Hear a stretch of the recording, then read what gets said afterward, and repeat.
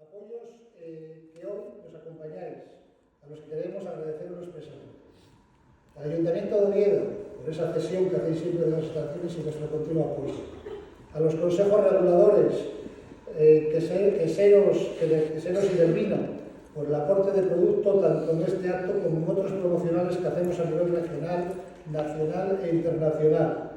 A las queserías que nos visitáis, en la actualidad sois ya 62 las que habéis estado con nosotros en nuestras reuniones ocurridas y vuestra colaboración desinteresada cuando lo pedimos.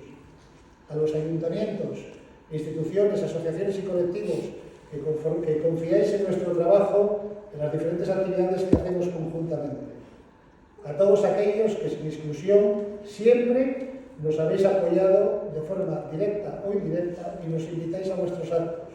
Y cómo no, a nuestros cómplices, compañeros y familias por dejarnos robarles su tiempo para nuestro disfrute propio.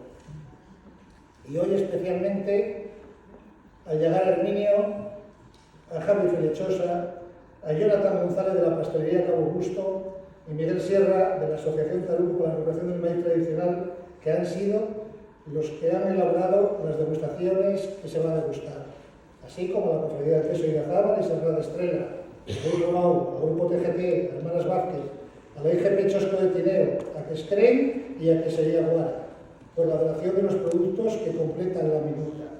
A todos ellos, nuestro más sincero agradecimiento.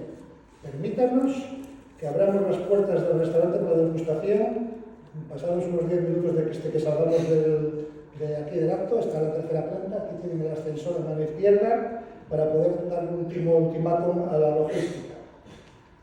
¿Correcto?